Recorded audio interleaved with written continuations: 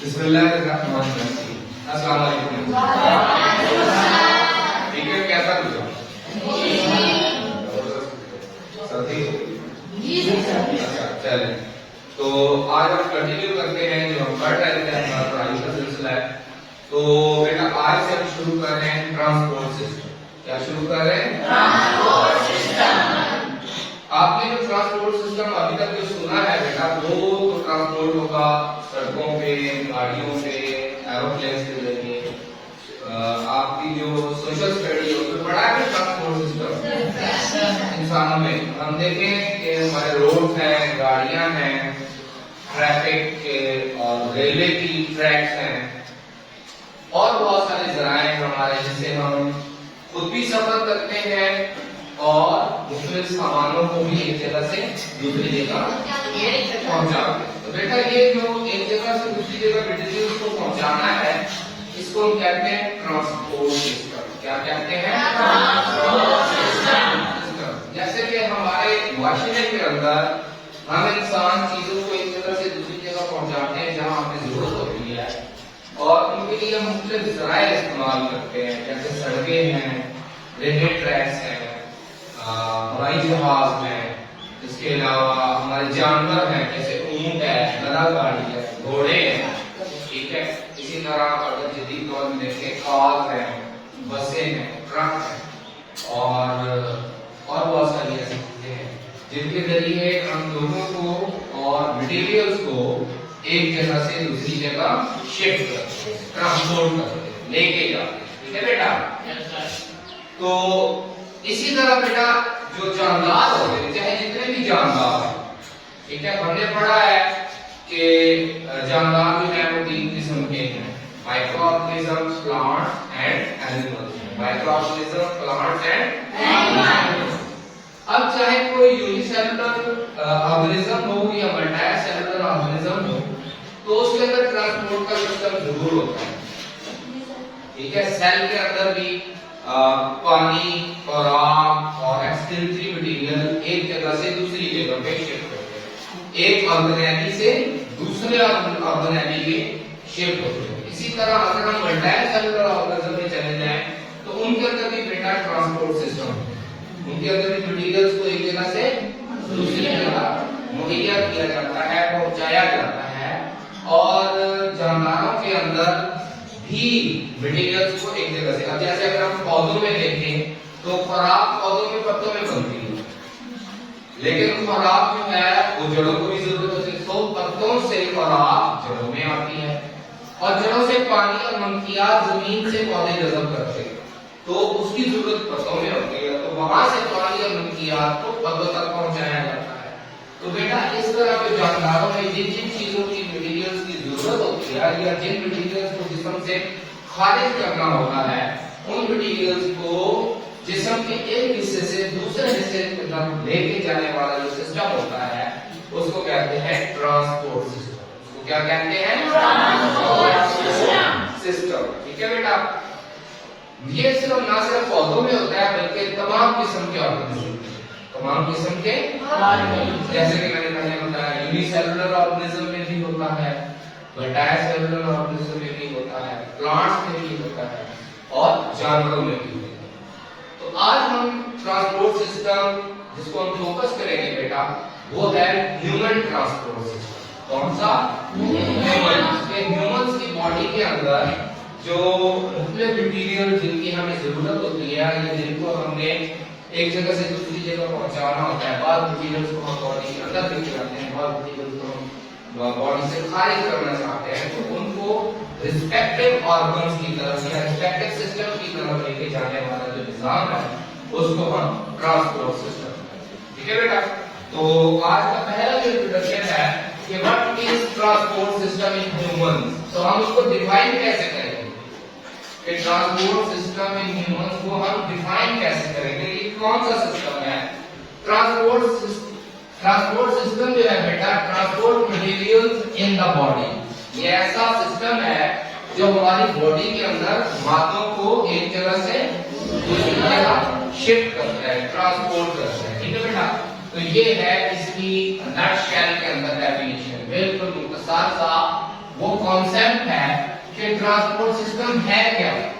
Transport system है क्या बेटा? ट्रांसपोर्ट सिस्टम है that transport materials in the body from one part to the another। ठीक है बेटा।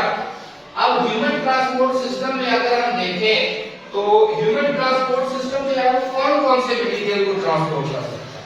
अच्छा बेटा ये बताएं कि हमारे जिस्म को किस चीज की जरूरत होती है?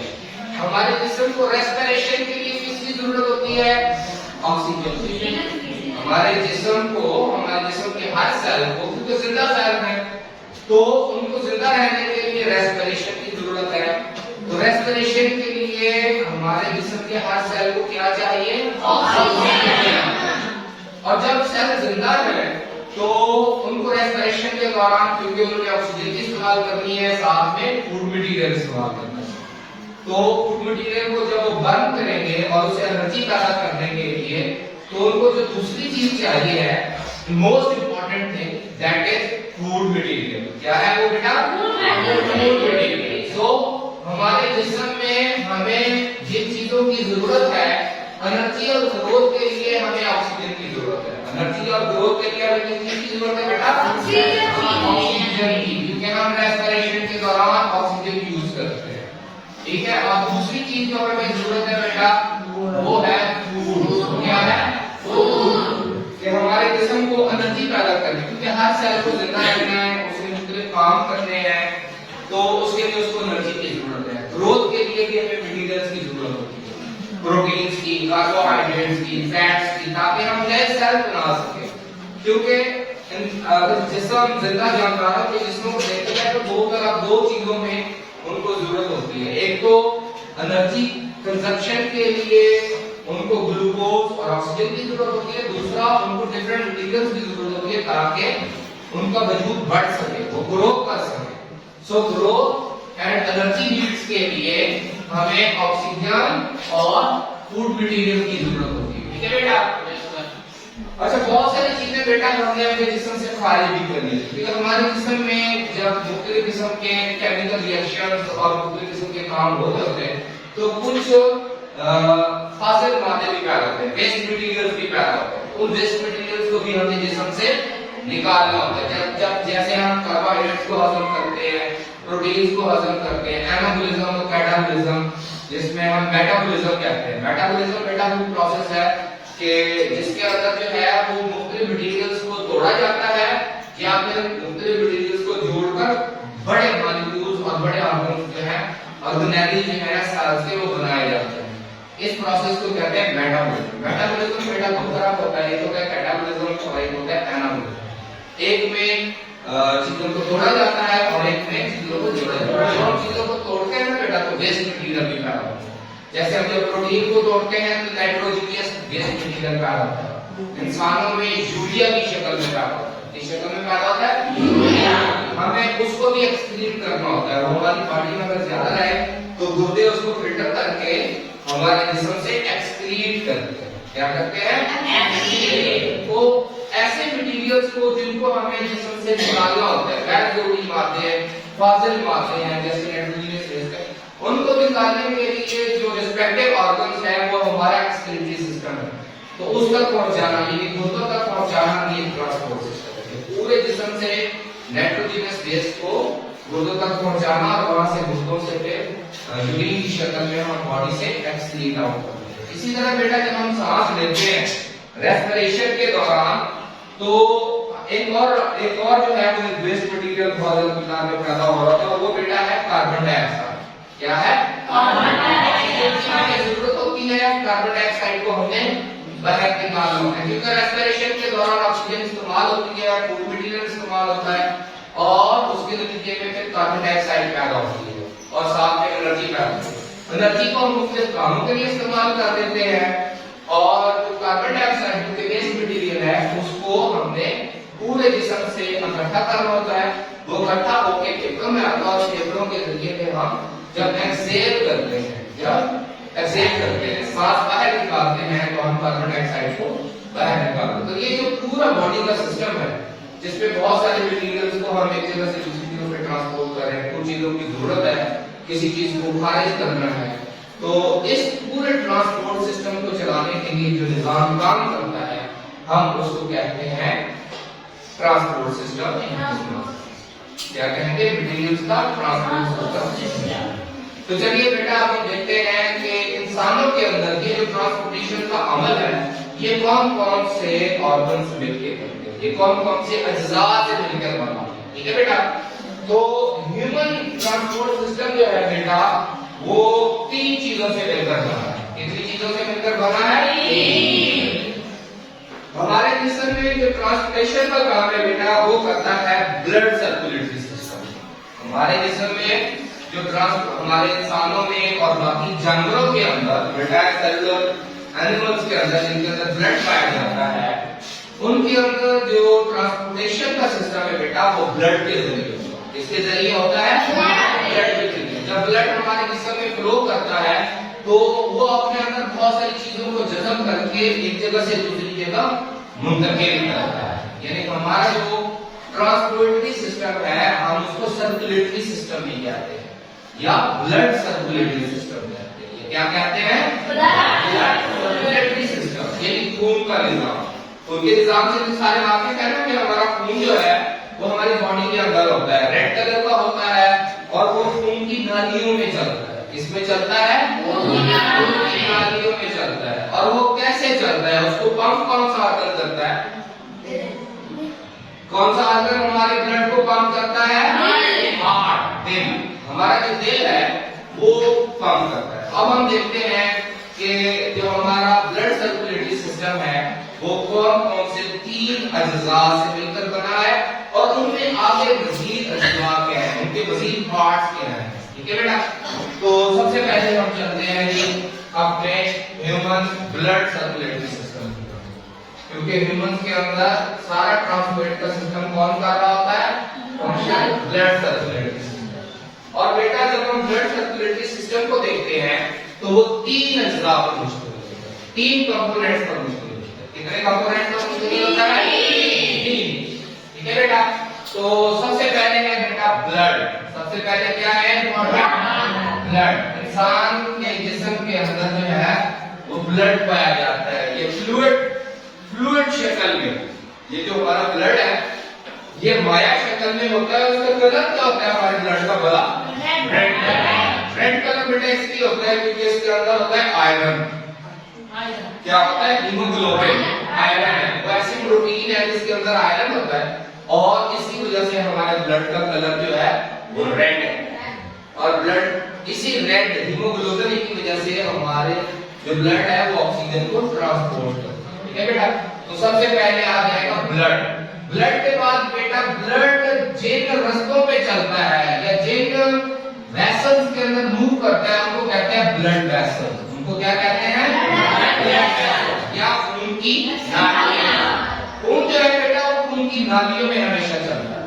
खून की नालियों में जब भी हमें कोई वुंड होता है, कोई जख्म होता है, और जब वो नालियां डैमेज होती हैं तो ब्लड हमारे जिस्म से बाहर निकल जाता है, हमारे जिस्म से बाहर निकल जाता है। ठीक है, तो ब्लड जो है वो अपनी जो उसका जो रोड्स हैं उनको हम कहते हैं ब्लड वेसल। क्या कहते हैं? ब्लड वेसल, खून की नालियां। ठीक है बेटा, और तीसरा ऑर्गन जो है बेटा वो हार्ट है। हार्ट क्या है? दिल। दिल का काम क्या है? एज ए पंप इस्तेमाल होता है। क्या इस्तेमाल होता है? एज ए पंप काम करता है, यानी ये हमारे ब्लड को पंप करता है through blood vessel. Blood vessels के अंदर ब्लड को मूव करता है। क्या करता है? मूव करता है। इसीलिए बेटा हम इस पूरे सिस्टम को कहते हैं ब्लड सर्कुलेटरी सिस्टम, क्योंकि अगर हम देखें तो हमारा अगर जिस्म में ये दिल है और ये बॉडी है और यहाँ पे बस करें फेफड़े हैं और ये बाकी बॉडी है, तो हमारा जो खून है वो पूरी बॉडी से आता है दिल में, दिल से फेफड़ों में, फेफड़ों से फिर दिल में और दिल से फिर जिस्म में चला जाता है। तो ये जो सर्कुलेशन है, ये जो चक्कर है ये चलता है। ये जो चक्कर है ये चलता रहता है, जिसमें खून जो है बहुत सारे हमारे डाइजेस्टिव सिस्टम से डाइजेस्टेड फूड को उठाता है। ठीक है, फेफड़ों से ऑक्सीजन को उठाता है, जिस्म से कार्बन डाइऑक्साइड को उठा लेता है और वेस्ट मटेरियल्स को जिस्म से उठा लेता है। तो जब जब वो चलता रहता है खून की रगों में, जब वो चलता है तो जिस्म से मटेरियल्स को अपने अंदर लोड अनलोड करता रहता है। जहां जिन चीजों की जरूरत होती है वो जिस्म को दे देता है, और जिन चीजों को उठाना होता है जहां से वहां से उठा लेता है और मूव करता रहता है, फिर उसको पंप करता है। और इसी मूवमेंट के दौरान वो मटेरियल्स को लोड और अनलोड करता है। जिन चीजों की जरूरत होती है उनको उठा लेता है, और जिनको देना होता है जिस्म को वो रिस्पेक्टिव ऑर्गन को, रिस्पेक्टिव हिस्से को जिस्म के को दे देते हैं। तो ये है बेटा ब्लड सर्कुलेटरी सिस्टम, जो कि 3 कंपोनेंट का मुश्तमिल होता है। ठीक है, ब्लड, ठीक है, ब्लड वेसल्स एंड हार्ट। ठीक है, blood moves in the blood vessels and heart pumps it. खून जो है वो खून की नालियों में गर्दिश करता है। क्यों गर्दिश करता है? क्योंकि हार्ट इसको पंप करता है बेटा। अब हम इंडिविजुअली एक एक चीज को देखते हैं कि ब्लड के आगे मजीद कौन से कंपोनेंट्स हैं। ब्लड के आगे मजीद कौन से कंपोनेंट्स हैं? तो बेटा जैसे कि हम पहले बता चुके हैं कि ह्यूमन ब्लड जो है वो रेड कलर का होता है और लिक्विड टिश्यू है। कौन सी टिश्यू है? माया टिश्यू है, लिक्विड फॉर्म में है। ठीक है, अब लिक्विड फॉर्म में अगर आप देखें तो टिश्यू तो बेटा हम उसको कहते हैं जिसके अंदर सेल्स भी हो, जिसके अंदर सेल्स भी हो। तो ब्लड को अगर हम देखते हैं तो ब्लड में बेटा एक जो लिक्विड पार्ट होता है जो पानी पर मुश्तमिल होता है और बहुत सारे केमिकल्स पर मुश्तमिल होता है, डिसॉल्व केमिकल्स होते हैं। तो ब्लड को हम 2 हिस्सों में तकसीम कर सकते हैं। ब्लड में एक तो वाटर होता है और वाटर कंटेंट, और उसके अंदर और बहुत सारे अज़्ज़ा शामिल होते हैं, हल-शुदा मटेरियल होते हैं, उसको हम कहते हैं प्लाज्मा। उसको हम क्या कहते हैं? प्लाज्मा। और दूसरा जो हिस्सा होता है ब्लड का वो ब्लड सेल्स होते हैं। कौन से होते हैं? Blood cell. ठीक है, और ब्लड सेल्स बेटा वो 2 तरह के होते हैं। ब्लड सेल्स कितनी किस्म के होते हैं? मेजर 2 तरह के होते हैं। एक तो होते हैं हमारे आरबीसी। क्या होते हैं? आरबीसी। और दूसरे होते हैं डब्ल्यूबीसी। आरबीसी से मुराद है बेटा रेड ब्लड सेल्स और डब्ल्यूबीसी से मुराद है व्हाइट ब्लड सेल्स। ठीक है, हमारे ब्लड में कितनी तरह के सेल्स होते हैं? 2 तरह के, red blood cells and white blood cells. जो रेड होते हैं वो सुर्ख होते हैं, उनको हम आरबीसी भी कहते हैं मुख्तसरन, और जो व्हाइट कलर के होते हैं उनको हम व्हाइट ब्लड सेल्स या डब्ल्यूबीसी व्हाइट ब्लड सेल्स। जी बेटा, तो ये तो हो गया ब्लड के हवाले से। अब हम चलते हैं ब्लड सर्कुलेटरी सिस्टम के सेकंड पार्ट की तरफ, और वो हमने पढ़ा है ब्लड वेसल्स। कौन सी चीज है? Blood vessels. वेसल्स का मतलब है बेटा नालियां, खून की नालियां। ठीक है बेटा, अब हमारे जिस्म में 3 तरह की खून की नालियां, 3 तरह की खून की नालियां होती है। ठीक है बेटा, एक वो नालियां होती है जिनको हम आर्टरीज कहते हैं। क्या कहते हैं? आर्टरीज बेटा वो खून की नालियां होती हैं जो खून को दिल से दूर लेके जाती है। कहां लेके जाती हैं? हार्ट से दूर लेके जाती है। क्या करती है? हार्ट से दूर लेके जाती है। जो हार्ट से दूर लेके जाएंगी ब्लड, क्योंकि एक तो वो है ना जो खून को दिल में वापस लाएगी, एक वो है जो खून को दिल से बॉडी की तरफ लेके जाएंगे, किसी और ऑर्गन की जानिब लेके जाएंगे। जो दिल से दूर लेके जाती हैं उनको हम कहते हैं आर्टरी। उनको क्या कहते हैं? आर्टरी। क्योंकि बेटा जो खून को दिल से दूर लेके जाती है तो उनमें प्रेशर काफी होता है, उनमें प्रेशर काफी होता है, तो इसलिए आर्टरीज की दीवारें होती हैं और लचकदार होती हैं। आर्टरीज की दीवारें और लचकदार। जबकि बेटा दूसरी जो टाइप की ब्लड वेसल्स हैं उनको कहते हैं वेन कौन सी हैं? जो ब्लड में वापस लाती है, जो खून को ब्लड में वापस लाती है। अब ये जो एरो का निशान मैं बना रहा हूँ, आर्टरी से मैंने निकाला है और वेन में मैं डाल रहा हूँ। इसका मतलब क्या है कि ये ब्लड को दूर लेके जा रही है फ्रॉम द हार्ट, और ये जो है ये वापस हार्ट में लेके जा रही है। तो पूरे जिस्म से या डिफरेंट ऑर्गन से जब खून वापस दिल की जाने आता है जिन वेसल्स के जरिए, उन वेसल्स को हम कहते हैं वेन। बेटा वेन्स की दीवारें जो है वो पतली होती है क्योंकि इनमें प्रेशर कम होता है, प्रेशर कम होता है। है बेटा। अब तीसरी जो ब्लड वेसल्स है बेटा उनको कहते हैं कैपिलरीज। क्या कहते हैं?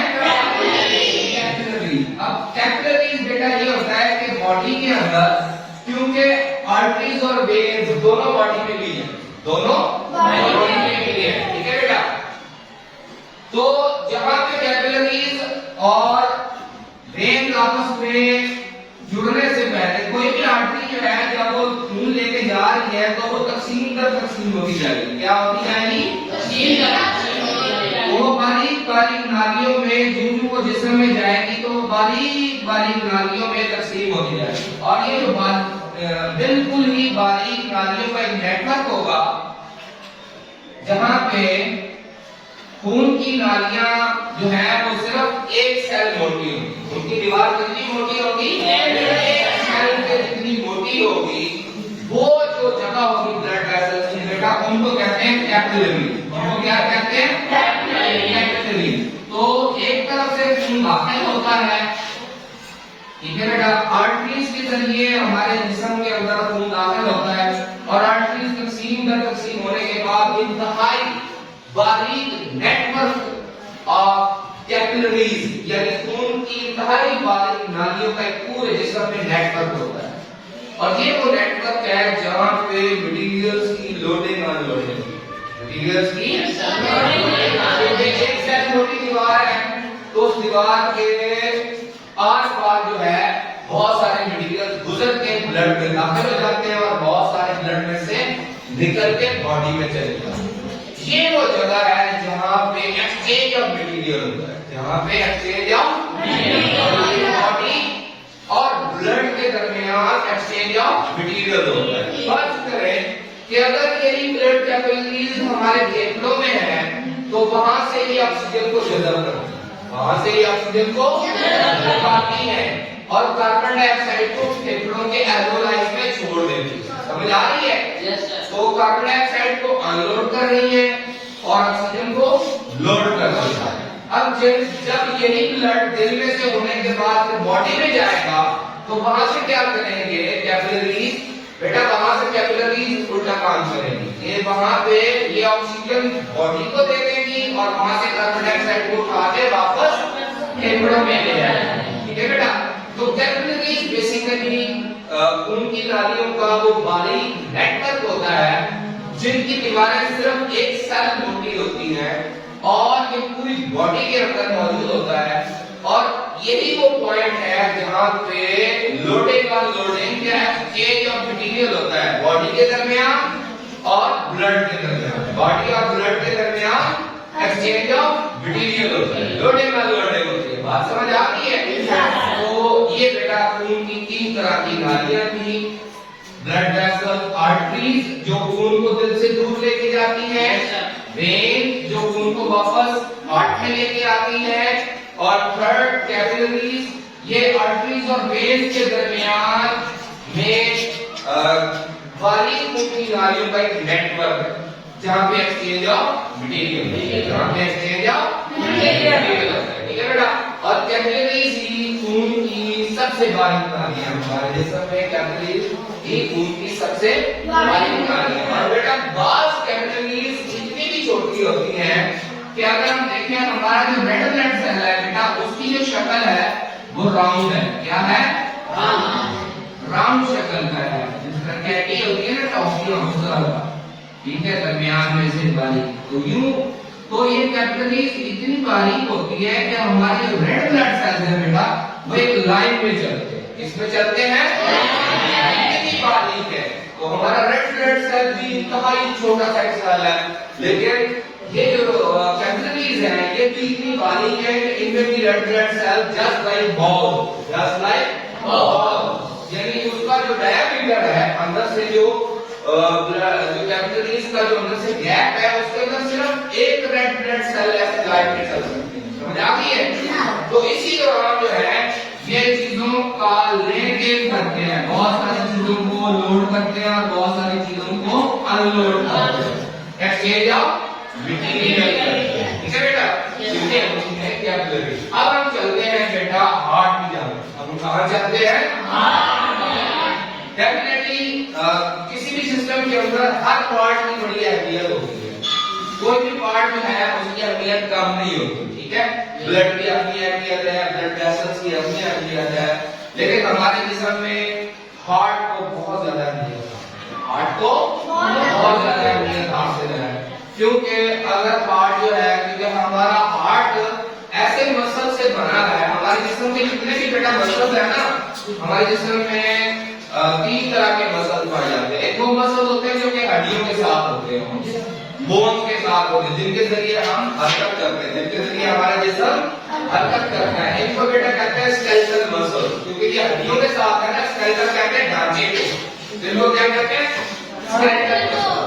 और बेटा एक मसल वो होते हैं जो हमारे पेट के अंदर है, विसरल ऑर्गन के अंदर है, जैसे हमने पढ़ा था ना पेरिस्टालसिस, हमारी शौराब की नाली हरकत करती है, हमारे गुर्दे हैं कुछ ना कुछ मूवमेंट कर सकते हैं, ठीक है, हमारा बाकी और ऐसे ऑर्गन्स हैं उनके अंदर जो मूवमेंट होती है वो बेटा होती है स्मूथ मसल, उनको क्या कहते हैं स्मूथ मसल। हमारे जो हड्डियों वाले मसल्स हैं इनको स्केलेटल मसल्स, जो विसरल ऑर्गन्स हैं जो पेट के अंदर है उनको कहते हैं स्मूथ मसल, और जो हार्ट के मसल्स हैं बेटा इनको कहते हैं कार्डियक मसल। क्या कहते हैं कार्डियक के मसल। अब ये ऐसे मसल्स अल्लाह पाक ने बनाए हैं, ऐसी कुदरत है अल्लाह पाक की कि ये वो वाले मसल्स हैं जो इंसान के पैदा होने से पहले काम शुरू करते हैं, इंसान के पैदा होने से पहले मां के पेट में ही ये जो है हार्ट पंप करना शुरू कर देता है ब्लड, ठीक है बेटा। तो ये मसल उस वक्त से पंप करना शुरू करते हैं और जिंदगी की आखिरी सांस तक पंप करते रहते हैं, और ये वाहिद मसल्स हैं जो थकते नहीं, इनमें थकावट नहीं आती। जब ये रुकते हैं ज्यादा देर के लिए रुक जाए तो बस फिर एंड है, फिर लाइफ का एंड है, क्योंकि फिर डेथ है। समझ आ गई बेटा, जब हार्ट पंप करना, तो इसलिए लाइफ के लिए जो हार्ट जो है वैसे भी सेंटर में है, बॉडी के सेंटर में है, तो बॉडी के सेंटर को भी हार्ट कहते हैं, ठीक है बेटा। हमारे जज्बात के सेंटर को भी हार्ट कहते हैं, लेकिन आज हम जो है वो ह्यूमन हार्ट जो कि फिजिकल हार्ट है उसका हम पढ़ेंगे कि वो किस शक्ल का होता है और उसके अंदर कितने खाने होते हैं और उसकी दीवारें कैसी होती हैं और वो कैसे पंप करता है, ठीक है बेटा। तो जब हम ह्यूमन हार्ट को देखते हैं तो बेटा ह्यूमन हार्ट के अंदर 4 चैम्बर होते हैं, ह्यूमन हार्ट के अंदर 4 कितने चैम्बर होते हैं 4 खाने होते हैं। हमारे हार्ट के कितने खाने हैं 4 बेटा, 2 ऊपर वाले ये वाला और ये वाला, ये जो गोल्स हैं ये दो ऊपर वाले इनको बेटा कहते हैं कलेक्टिवली एट्रिया। क्या कहते हैं एट्रिया। दोनों को मिला के जमा के सीधे में हम क्या कहेंगे एट्रिया, ठीक है बेटा। और एक को हम कहेंगे एट्रियम, एक को हम कहेंगे एट्रियम। अब बेटा इनके राइट और लेफ्ट होने की वजह से, जैसे कि मैंने यहाँ पे डाल दिया है, ये हार्ट का लेफ्ट पार्ट है और ये राइट पार्ट है, तो इस तरह वाला क्या कहलाएगा राइट एट्रियम, ठीक है बेटा, ये ऊपर वाले छोटे खाने, और इस तरह वाला क्या रहेगा लेफ्ट एट्रियम, ठीक है, right atrium and left atrium. अब जो दूसरा मेजर पार्ट है जो कि 2 नीचे वाले खाने होते हैं और निस्बतन ऊपर वाले खानों से बड़े होते हैं, इनको बेटा कहते हैं वेंट्रिकल। क्या कहते हैं वेंट्रिकल। तो हमारे हार्ट के अंदर 2 एट्रिया होते हैं और 2 वेंट्रिकल। इसी तरह वेंट्रिकल्स को भी हम कह सकते हैं left ventricle and right ventricle, ठीक है बेटा। अब अगर आप गौर से इस डायग्राम को देखें तो यहाँ पे देखें तो राइट वेंट्रिकल जो है मैंने उसकी दीवारें मोटी बनाई है, राइट वेंट्रिकल की लेफ्ट वेंट्रिकल की दीवारें मोटी है जबकि राइट की दीवारें जरा पतली है। इसमें ये सवाल पैदा होता है कि ये क्यों किया है, ये मैंने जानबूझ के किया है, जानबूझ के नहीं कि मैं ऐसा करना चाहता था, मैं आपको कुछ ही समझाना चाहता हूँ। इसमें बेटा ये है कि जो हमारा लेफ्ट पार्ट है हार्ट का वो ऑक्सीजन से भरपूर खून, कौन सा खून भरपूर खून को पूरे जिस्म में पंप करता है, पूरे जिस्म में पंप करता है। और जब ये पंप करता है तो बेटा पूरे जिस्म में पंप करने के लिए इसको बहुत ज्यादा जोर लगाना पड़ता है। क्या करना पड़ता है बहुत ज्यादा। आपको पता है कि वो मसल जो ज्यादा जोर से काम करे तो वो ज्यादा स्ट्रांग हो जाते हैं, ज्यादा स्ट्रॉन्ग हो जाते हैं। तो हमारा लेफ्ट एट्रियम लेफ्ट वेंट्रिकल जो है इसने ब्लड को कम करना होता है पूरी बॉडी के अंदर। पूरी बॉडी के अंदर ऑक्सीजनेटेड खून, ऑक्सीजन से भरपूर खून को कम करना होता है, तो इसलिए इसकी दीवारें मोटी होती हैं, तो इसको ज्यादा जोर लगता है। जबकि जो लेफ्ट राइट हमारा वेंट्रिकल होता है, इसने जस्ट लंग्स में खून को पंप करना होता है। कहां पे पंप करना होता है? लंग्स में। तो लंग्स बिल्कुल नजदीक है, ये हार्ट है और यहाँ पे लंग्स है, तो इसको क्या ज्यादा जोर लगाना पड़ेगा? तो इसको तो बड़े करीब यहीं पे डालना है खून को, तो इसलिए इसको ज्यादा जोर नहीं लगाना, इसको ज्यादा तो जो मसल ज्यादा जोर ना लगाए तो वो निस्बतन जरा वीक रहता है, कमजोर रहता है। इसलिए जो हमारा लेफ्ट वेंट्रिकल है उसकी दीवारें मोटी हैं और जो राइट वेंट्रिकल है उसकी दीवारें पतली हैं। ये आपकी याद रखना है बेटा, क्योंकि हमारा जो लेफ्ट वेंट्रिकल है इसमें पूरी बॉडी के अंदर हमारे हार्ट से लेकर सर तक और फिर पांव तक इतने प्रेशर से और तेजी से ब्लड पंप करना होता है, और उसी प्रेशर की वजह से हमारी ये पल्स है, क्या होती है? पल्स है। ये जो हमारी रगें ऊपर को उठती है ना बेटा, ये जो है ये हार्ट पल्स है। जब हमारा ये बेटा लेफ्ट वेंट्रिकल जब पंप करता है तो ये उसका प्रेशर है। इसका प्रेशर है लेफ्ट वेंट्रिकल का प्रेशर है। ये रगें ऊपर नीचे हो रही है ना पल्स, यहाँ पे भी हो रही होती है। इसके अलावा जब डॉक्टर यहाँ से सुन रहे होते हैं तो वो बेटा देखते धड़कने की आवाज, ठीक है? तो हमारा जो दिल है वो एक पंप की तरह काम करता है। किस तरह काम करता है? जी। तो इस पंप के 4 खाने, इस पंप की तरह कितने खाने हैं बेटा? 4 खाने। Right atrium, left atrium, right ventricle and ठीक है बेटा, तो ये 4 खाने हैं। अब हम पढ़ते हैं बेटा कि हमारा दिल काम कैसे करता है। हमारा दिल काम कैसे करता है बेटा? हमारा दिल जो है वो एक डबल पंप की तरह काम करता है। किस तरह काम करता है? डबल पंप, एक पंप नहीं डबल पंप, ठीक है? क्योंकि इसमें 4 खाने हैं तो 2 जो ऊपर वाले वेंट्रिकल्स हैं ये एक पंप है, 2 ऊपर वाले वेंट्रिकल एक पंप है और 2 नीचे वेंट्रिकल जो है ये दूसरा पंप, ठीक है बेटा? तो जब पूरी बॉडी से खून, एक तो ये याद रखें कि हमारे जिस्म के ये जो दोनों खाने हैं इनको मैंने राइट और लेफ्ट में तकसीम किया है। किस में तकसीम किया है? लेफ्ट में, ठीक है बेटा? तो राइट और लेफ्ट का जो खून है बेटा ये कभी भी एक दूसरे से मिक्स नहीं होता। हार्ट में कभी भी राइट खाने का खून लेफ्ट में नहीं जा सकता और लेफ्ट का खून राइट में नहीं जा सकता, ठीक है बेटा? यानी कि ये दोनों खून एक दूसरे से जुदा है, दोनों खून। लेकिन फर्क क्या है बेटा? जो लेफ्ट वेंट्रिकल है इसके अंदर जो खून आता है उसके अंदर ऑक्सीजन भरपूर होती है, उसके अंदर ऑक्सीजन भरपूर होती है, क्योंकि ये खून आता है बेटा कहां से? लंग्स से। कहां से आता है? लंग्स से दाखिल होगा। इनका निशान क्या होता है? लंग्स से आता है लेफ्ट में। तो जब ये लंग्स से आता है तो लंग्स से ये ऑक्सीजन को भर के आता है, ऑक्सीजन से भरपूर होता है, और ऐसे ब्लड को हम कहते हैं ऑक्सीजनेटेड ब्लड। ऐसे ब्लड को हम क्या कहते हैं? Oxygenated blood. वेरी गुड, ठीक है? तो जो ऑक्सीजनेटेड ब्लड है तो वो बेटा आता है हमारे लेफ्ट पार्ट। किसकी आवाज आ रही है? किसकी आवाज आ रही है? तो ऑक्सीजनेटेड ब्लड लंग से लेफ्ट पार्ट में आता है, लेफ्ट एट्रियम में आता है। कहां आता है?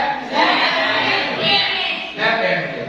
और इसी तरह पूरी बॉडी से डीऑक्सीजनेटेड खून, क्योंकि हमारी पूरी बॉडी से जो खून आ रहा है वो ऑक्सीजन दे के आ रहा है। ज्यादातर ऑक्सीजन किसको दे के आ रहा है? बॉडी को।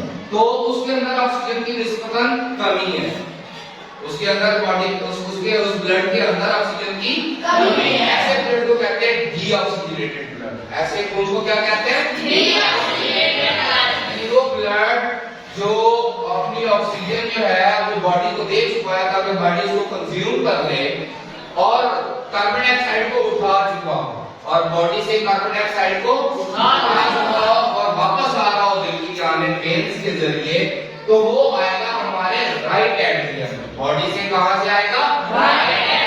अब हमें ये याद रखना है कि हमारा जो दिल का लेफ्ट पार्ट है उसके अंदर ऑक्सीजनेटेड ब्लड होता है, ठीक है, और जो राइट पार्ट है उसके अंदर ऑक्सीजनेटेड डीऑक्सीजनेटेड ब्लड होता है और उसमें ज्यादा मिकदार किसकी होती है? Carbon dioxide. जबकि लेफ्ट पार्ट में ज्यादा मिकदार किसकी होती है? ऑक्सीजन, ठीक है, क्योंकि इस पार्ट से जो ब्लड आ रहा है वो पंपिंग के बाद कहां जा रहा है? बॉडी में, और इसने बॉडी को ऑक्सीजन देनी है। जबकि ये वाला जो ब्लड है जो बॉडी से आ रहा है तो ये कार्बन डाइऑक्साइड को उठा के आ रहा है, और जब इसने पंप होना है तो कहां जाना है? ऑक्सीजन लेने के लिए लंग्स में जाना है, ठीक है ना बेटा? तो हमारा जो राइट पार्ट है इसके अंदर डीऑक्सीजनेटेड ब्लड होता है और जो लेफ्ट पार्ट है इसके अंदर ऑक्सीजनेटेड ब्लड होता है, ठीक है बेटा? अब हम चलते हैं दोबारा डबल पंप की जा रहे हैं।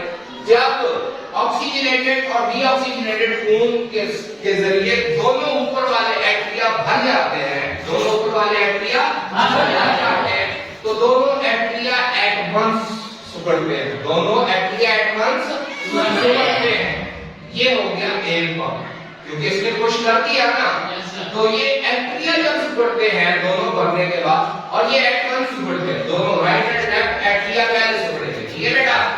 तो जब ये भरने के बाद सिकुड़ेंगे तो ये अपने ब्लड को कहां फेंक देंगे? वेंट्रिकल्स पे, राइट वाला राइट में और लेफ्ट वाला लेफ्ट में। तो जब ये सिकुड़ेंगे तो ये ब्लड जो है वेंट्रिकल्स में आ जाएगा। अब एक पंप का काम खत्म। जब ये ब्लड वेंट्रिकल्स में आएगा तो वेंट्रिकल जब भर जाएंगे तो दोनों वेंट्रिकल्स एट वंस सिकुड़ेंगे, दोनों वेंट्रिकल्स एट वंस सिकुड़ेंगे और ये ब्लड को पंप कर देगा। तो इस तरह ये डबल पंप हुआ, ठीक है बेटा? ठीक है। अब मैं थोड़ी सी डेमोंस्ट्रेशन करता हूं। देखें, अगर ये दबा हुआ है तो ये रिलैक्स है, यानी वेंट्रिकल एट्रियम रिलैक्स है, वेंट्रिकल सिकुड़ा हुआ है, ठीक है? जब वेंट्रिकल सिकुड़ेगा तो ये ऐसे, ठीक है? तो ये डबल पंप है, ठीक है? Yes sir. अब हार्ट एक डबल पंप की तरह काम करता है, किस तरह काम करता है? जब एट्रिया सिकुड़ते हैं तो वेंट्रिकल रिलैक्स होता है, इसके सिकुड़ने एट्रिया के सिकुड़ने की वजह से एट्रिया से जो ब्लड है वो रिस्पेक्टिव वेंट्रिकल्स में आता है और वेंट्रिकल्स भाग गए, ठीक है? अब जब ये सिकुड़ेंगे तो ये रिलैक्स हो जाएगा। समझ आ गई? इसी भी हमारे हार्ट की जो है ना वो लो वेंट्रिकल्स की आवाज जरा स्लो होती है, सॉरी एट्रियम की आवाज जरा स्लो होती है और वेंट्रिकल्स की आवाज थोड़ी सी पावरफुल होती है, ठीक है? इसलिए दो आवाजें होंगी, ठीक है बेटा? तो ये है हार्ट बीट। इस पंपिंग को हम क्या कहते हैं? Heart beat. यही हमारी पल्स की है। हमारा हार्ट जो है वो 1 मिनट में round about 70 times on an average एक जवान यंग हेल्दी ह्यूमन बीइंग का हार्ट जो है वो 1 मिनट में कितनी बार धड़कता है? 70 बार। कितनी बार धड़कता है? 70। तो हमारा दिल जो है हमारे पैदा होने से पहले जो ही हमारी बॉडी बनी, जो ही ब्लड वेसल्स ब्लड बने, ये फर्स्ट से हमारा हार्ट पंप करना शुरू करता है और हमारी जिंदगी के आखिरी दिन तक पंप करता है। ये कार्डियक मसल अल्लाह पाक ने ऐसा ऑर्गन बनाया है जो हमारी लाइफ में कभी नहीं होता। जब ये थकता है तो लाइफ एंड हो जाती है बेटा। तो ये है ब्लड सर्कुलेटरी सिस्टम बेटा, जो कि हमने पढ़ा है, इसको आपने अच्छी तरह याद रखना है। एक बार फिर मैं हल्का सा रिवाइज कर देता हूं क्योंकि डिटेल्स हैं काफी, तो अब दोबारा रिवाइज करते हैं कि what is transport system. Transport system is a system that transport materials in the body. Transport system एक ऐसा सिस्टम है जो कि हमारी बॉडी के अंदर मुख्तलिफ मटेरियल्स को एक जगह से दूसरी जगह ट्रांसपोर्ट करता है, ठीक है बेटा? और वो मटेरियल्स जो हमारे जिस्म में ट्रांसपोर्ट किए जाते हैं, अगर हम बड़े उनको दो मेजर ग्रुप में तकसीम कर सकते हैं। एक वो देखिए हमें जरूरत होती है हड्डी के ग्रोथ के लिए, तो उसको अगर हम देखें तो ऑक्सीजन एंड फूड की हमारे जिस्म को जरूरत होती है, तो हमें जिस्म को वो चीजें मुहैया करनी होती है। जबकि जिस्म में वेस्ट मटेरियल्स पैदा होते हैं, जैसे कि नाइट्रोजनियस वेस्ट है, जैसे कि हम प्रोटीन को तोड़ते हैं उससे नाइट्रोजनियस वेस्ट मटेरियल पैदा होता है जिसको हमने यूरिया अलावा कार्बन डाइऑक्साइड हमारे जिस्म में पैदा होती है, ये भी वेस्ट मटेरियल है, इनको हमने जिस्म से निकालना होता है, इनको हमने जिस्म से निकालना होता है। इनको एक ऑर्गन से उठा के किसी और ऑर्गन में और बॉडी से बाहर एक्सपेल किया जाता है। तो ये सारा जो सिस्टम है, इस पूरे मटेरियल्स को एक जगह से दूसरी जगह पे लेके जाना है। इसके अलावा और बहुत सारे मटेरियल्स हैं बेटा जिनको हम ट्रांसपोर्ट करते हैं, जैसे मेडिसिन हम दवाइयां खाते हैं ना, तो बेटा जब दवाई खाते हैं तो वो ब्लड के जरिए हमारे जिस्म के मुख्तलिफ हिस्सों में चला जाता है, ठीक है बेटा। तो ये जितने भी मटेरियल्स को एक जगह से दूसरी जगह पे ट्रांसपोर्ट करने वाला सिस्टम है, इसको कहते हैं हमारे ट्रांसपोर्ट सिस्टम। और इंसानों के अंदर और एनिमल्स के अंदर जिनके अंदर ब्लड होता है, उनके अंदर जो ट्रांसपोर्ट का सिस्टम है वो ब्लड सर्कुलेटरी सिस्टम कहलाता है। क्या कहलाता है? Blood circulatory system. क्योंकि ब्लड जो है वो पूरी बॉडी में सर्कुलेट करता है, पूरी बॉडी में सर्कुलेट करता है और बार-बार करता रहता है। इसीलिए एनिमल्स के अंदर ट्रांसपोर्ट सिस्टम को ब्लड सर्कुलेटरी सिस्टम भी कहा जाता है, ठीक है बेटा। और अगर इंसानों के अंदर देखा जाए तो ह्यूमन ब्लड सर्कुलेटरी सिस्टम जो है वो 3 कंपोनेंट पर मुश्तमिल होता है, ठीक है बेटा। तो वो क्या है? Blood, blood vessels and heart. Blood, blood vessels and heart. Blood, blood vessels and heart. और अगर क्योंकि बेटा ब्लड जो है वो ब्लड वेसल्स के अंदर रन करता है, ठीक है, चलता है, और उसको पंपिंग ऑर्गन है वो हमारा हार्ट है। और बेटा हमने पढ़ा है कि ह्यूमन हार्ट जो है वो हमारे चेस्ट में पाया जाता है। कहाँ पाया जाता है? हमारे चेस्ट एरिया। कहाँ पाया जाता है? चेस्ट एरिया पे। और मोस्टली जो है वो लेफ्ट साइड पे। कहाँ पे होता है? हमारे चेस्ट के लेफ्ट साइड पे हमारा हार्ट होता है। और हार्ट जो है बेटा इसका साइज कितना होता है? हमारे हार्ट का साइज कितना होता है? जो अगर हम बंद करें ना तो किसी भी बंदे की जो बंद होती है तो तकरीबन उसके साइज के जितना इंसान के जिस्म हार्ट का साइज होता है। इसके अलावा बेटा आपने पढ़ा है कि हमारा जो हार्ट है उसके 4 चैम्बर्स हैं। हमारे हार्ट के कितने चैम्बर्स हैं बेटा? 4 चैम्बर्स हैं। दो ऊपर वाले छोटे खाने उनको क्या कहते हैं? एट्रियम। और right atrium and left atrium के नाम से हम उनको नाम देते हैं, ठीक है बेटा, राइट और लेफ्ट के हवाले से। इसी तरह बेटा जो नीचे वाले 2 मस्कुलर बड़े खाने हैं उनको कहते हैं वेंट्रिकल्स। क्या कहते हैं? वेंट्रिकल्स। तो भी हम राइट एंड लेफ्ट वेंट्रिकल्स कह सकते हैं। और अगर बेटा हम दिल को राइट एंड लेफ्ट में तकसीम कर रहे हैं तो उसकी वजह ये है कि हमारा जो लेफ्ट पार्ट है हार्ट का उसके अंदर ऑक्सीजनेटेड ब्लड आता है, जबकि लेफ्ट जो राइट पार्ट है उसके अंदर डीऑक्सीजनेटेड ब्लड आता है, ठीक है बेटा। जो ऑक्सीजनेटेड ब्लड आता है लेफ्ट वेंट्रिकल के अंदर, जब वो पंप करता है तो वो ऑक्सीजनेटेड ब्लड पूरी बॉडी में जाता है। कहां जाता है? पूरी बॉडी में जाता है। और जब वहां पे ऑक्सीजन दे चुका होता है तो फिर वापस जब आता है तो वो वेन्स के जरिए हमारे दिल के राइट एट्रियम में आता है। जब राइट एट्रियम पंप करता है तो राइट वेंट्रिकल में चला जाता है। राइट वेंट्रिकल से वो ब्लड जो है वो लंग्स में चला जाता है ताकि दोबारा ऑक्सीजन भर सके।